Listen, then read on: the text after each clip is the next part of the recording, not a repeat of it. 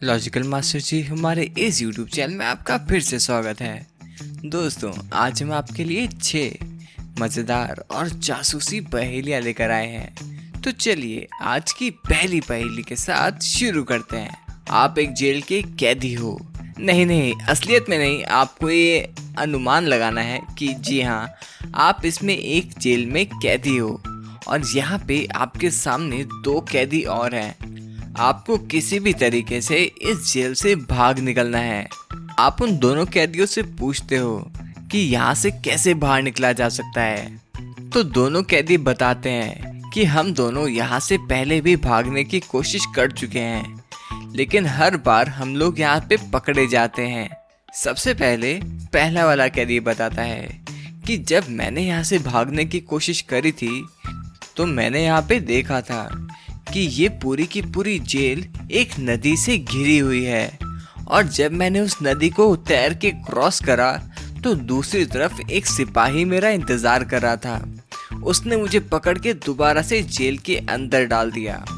और उसके बाद आप दूसरे कैदी की बात सुनते हो। तो दूसरा कैदी बताता है कि जब मैंने यहाँ से भागने की कोशिश करी तो मैंने सामने की तरफ एक नदी देखी, और जैसे ही मैंने उस नदी को क्रॉस करने की कोशिश करी, उसके अंदर से एक शार्क निकली जिसने कि मुझे काट लिया था, और उसके बाद मैंने कभी कोशिश भी नहीं करी यहाँ से भागने की। दोस्तों, यहाँ पे इन दोनों में से किसी एक की स्टोरी झूठी है। ये आपको बताना होगा कि इन दोनों में से किसकी स्टोरी गलत है। क्या आप सोचकर बता सकते हो मेरे को? यहाँ पे एक बहुत ही बड़ी गलती है। अगर आपने मेरी बात ठीक से सुनी होगी तो आप इसका आंसर समझ गए होंगे। आंसर देखने से पहले अपना आंसर जल्दी से हमें कमेंट में बताइए। आपका टाइम शुरू होता है अब।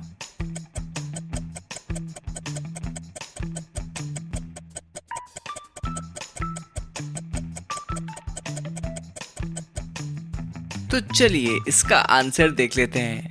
अगर आपने इन दोनों की स्टोरीज को ध्यान से सुना हो तो आप भी समझ गए होंगे कि इन दोनों में से झूठ कौन बोल रहा है।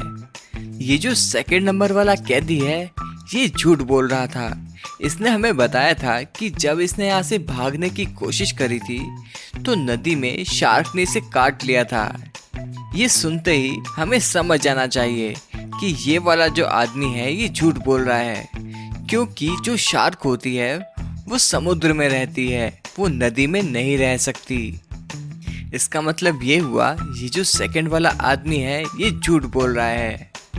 तो दोस्तों, आपने इसका आंसर क्या सोचा था? आप हमें कमेंट में जरूर बताइएगा।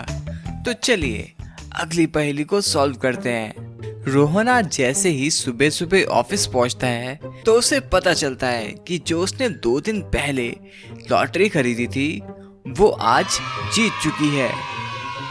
ये सुनकर बहुत ही ज़्यादा खुश हो जाता है और वहाँ पे नाचने लगता है। और तभी वो डिसाइड करता है कि मैं अब घूमने के लिए कहीं जाऊँगा। और वो अपने अकाउंटेंट से बात करता है कि तुम मेरे आधे जो लॉटरी में जीते हुए पैसे हैं वो मेरे बेस्ट फ्रेंड राज को दे देना। लेकिन यहाँ पे एक ट्विस्ट है। अकाउंटेंट ने आज तक कभी भी राज को नहीं देखा था। तभी उसके सामने 3 लोग आ जाते हैं जो अपने आप को राज बता रहे होते हैं। अकाउंटेंट समझ जाता है कि ये लॉटरी में जीते हुए पैसों के चक्कर में यहाँ पे कुछ बहरूपिये भी आ चुके हैं। अकाउंटेंट उन तीनों से एक क्वेश्चन पूछता है, तुम रोहन को कब से जानते हो?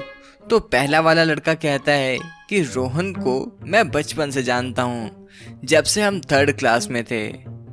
और उसके बाद जो दूसरा वाला आदमी है वो बताता है कि रोहन मुझसे एज में छोटा है, और जब से वो पैदा हुआ है तब से वो मुझे जानता है। और उसके बाद डिटेक्टिव तीसरे वाले लड़के से पूछता है, तो तीसरा वाला लड़का बताता है कि मैं रोहन को 3rd क्लास से जानता हूँ, तब से हम दोनों बेस्ट फ्रेंड्स हैं। अकाउंटेंट इन तीनों की बातों को सुनता है और फिर कुछ ही देर में समझ जाता है कि इन तीनों में से कौन असल में राज है। दोस्तों, क्या आप बता सकते हो कि इन तीनों में से असल वाला राज कौन है? आंसर देखने से पहले अपना आंसर जल्दी से हमें कमेंट में बताइए। आपका टाइम शुरू होता है अब।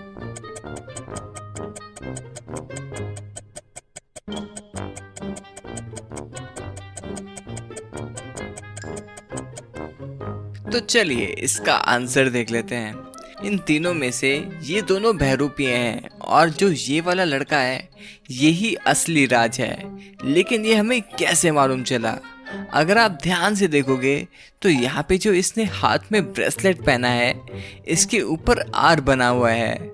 इसे देख के अकाउंटेंट समझ गया कि ये वाला जो लड़का है ये ही असल में राज है। दोस्तों, अगर आपने भी ये आंसर सही दिया है तो इस बात पे एक लाइक तो बनता है। जरा मुझे भी पता चले कि कितने लोगों ने इसका आंसर सही से दिया है।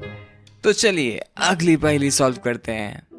रिया घर पे अकेली होती है और वो घर पे बैठ के कुछ हॉरर मूवीज देख रही होती है।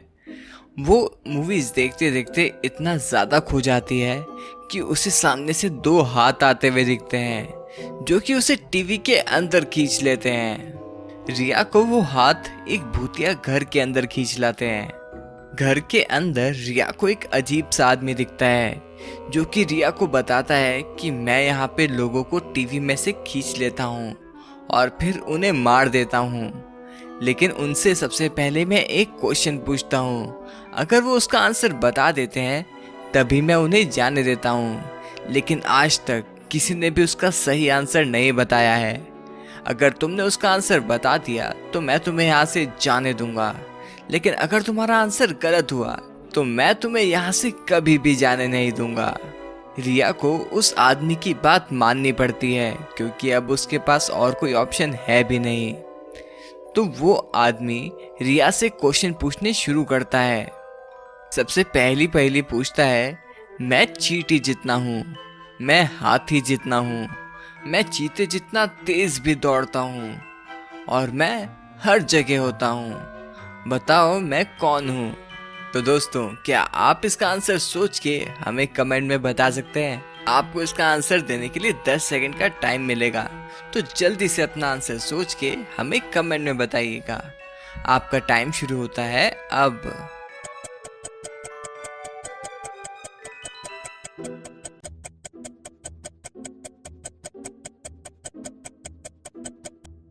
तो चलिए इसका आंसर देख लेते हैं। अगर आपने इस क्वेश्चन को ध्यान से सुना हो तो आप समझ गए होंगे कि कौन सी चीज़ चींटी जितनी छोटी होती है और हाथी जितनी बड़ी भी हो जाती है, और वो चीज़ चीते जितना तेज भी दौड़ सकती है और वो हर जगह होती है। इसका आंसर बिल्कुल ही सिंपल था। इसका आंसर है शैडो, यानी परछाई। रिया इसका आंसर सही से दे देती है और फिर वो जादूगर रिया को वहां से जाने देता है। तो चलिए अगली पहेली सॉल्व करते हैं। मैं पूरी दुनिया की सैर करता हूँ लेकिन फिर भी अपनी जगह से नहीं हिलता हूँ, बताओ मैं कौन हूँ? तो दोस्तों, अगर आपको इसका आंसर समझ आ गया है तो जल्दी से हमें इसका आंसर कमेंट करके बताइए। आपका टाइम शुरू होता है अब।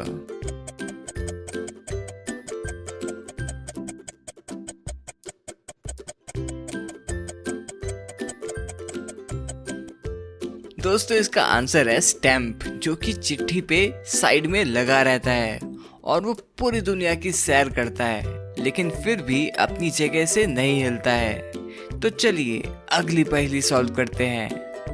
दोस्तों, इस पहेली में इन दोनों माओं को ध्यान से देखिए।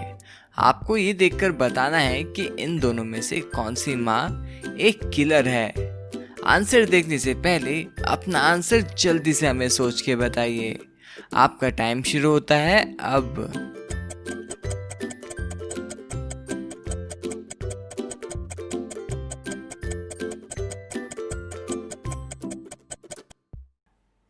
तो चलिए इसका आंसर देख लेते हैं। दोस्तों, अगर आप सबसे पहले वाली माँ को देखोगे तो यहाँ पे ऐसा लग रहा है कि इसके चाकू पे खून लगा हुआ है, लेकिन ऐसा नहीं भी हो सकता क्योंकि पास में ही कुछ टमाटर भी पड़े हुए हैं। हो सकता है इस माँ ने अभी कुछ देर पहले ही टमाटर काटे हों, जिसका कलर थोड़ा सा इस चाकू पे चिपक गया हो।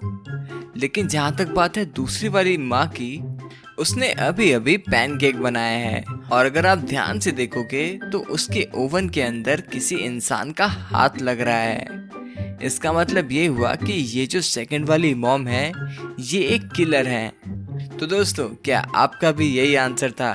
दोस्तों ऐसी और पहेलियाँ सॉल्व करने के लिए हमारे चैनल को जल्दी से सब्सक्राइब करके वो बेल आइकन दबा दो और साथ ही में ही हमारे इस वीडियो को जल्दी से लाइक दे दो और हमारी इन वीडियोस को भी ज़रूर देखना, ये भी बिल्कुल ही ऑसम है। Thank you.